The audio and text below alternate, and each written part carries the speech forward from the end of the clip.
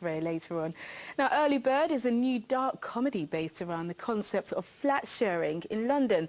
The film is set in Tooting and looks into the concept of how sharing your home and your life with somebody that you may have only just met about 20 minutes into an interview will be glaring into your life. And obviously, basically sharing your life with you. Well, here to tell us a bit more about it is Andrew Flynn, who is a writer and director of Early Bird, and also Phoebe Batson-Brown, who plays the character Sasha in the film. Thank you, both of you, for coming in to speak to us. Now, this is a site that I think, you know, a story that many Londoners can share. So I'll start with you then first. What inspired you to write this?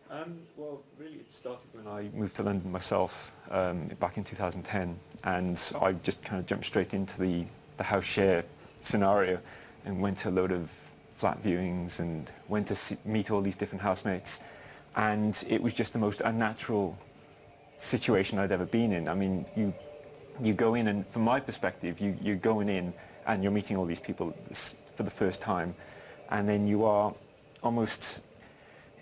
selling yourself, and it's a very personal scenario. It's a very personal situation, because if they don't like you, they don't like you, and they don't want to live with you.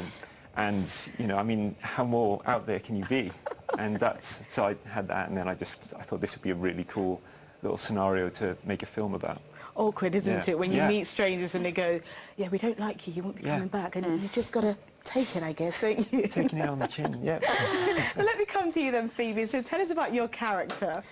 So, without giving too much away, she's a girl that knows what she likes. She's got her own house, and so it's her terms. And, you know, living in London, you can't have a whole house to yourself. You need the money. So she's searching for the perfect housemate.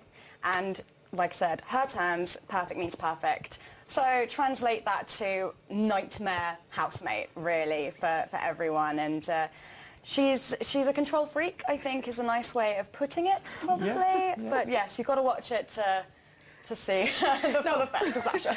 Now, one of the things I'm really dying to know is, what are some of the unusual stories that you've come across? You know, just the crazy ones that you've come across.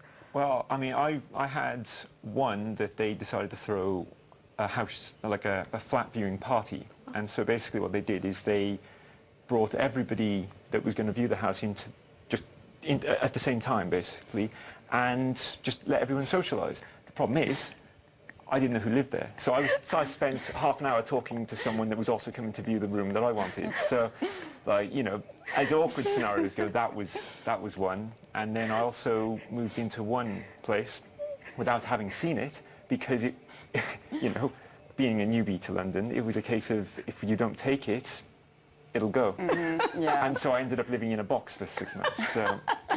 That's good. What about you, Phoebe? What are some of your stories? One that terrified me was a friend of mine who lived with somebody who, if the person didn't do any washing up, they would go and put it in their bed, like fully under their covers in their bed. And I was just like, that's psychotic, actually.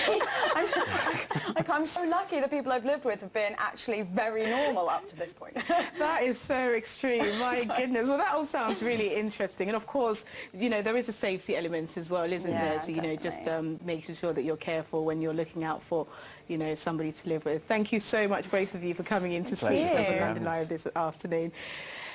And you can watch Early Bird on London Live at 10 o'clock tomorrow night, so please remember to tune in. We're heading for a short break, still to come.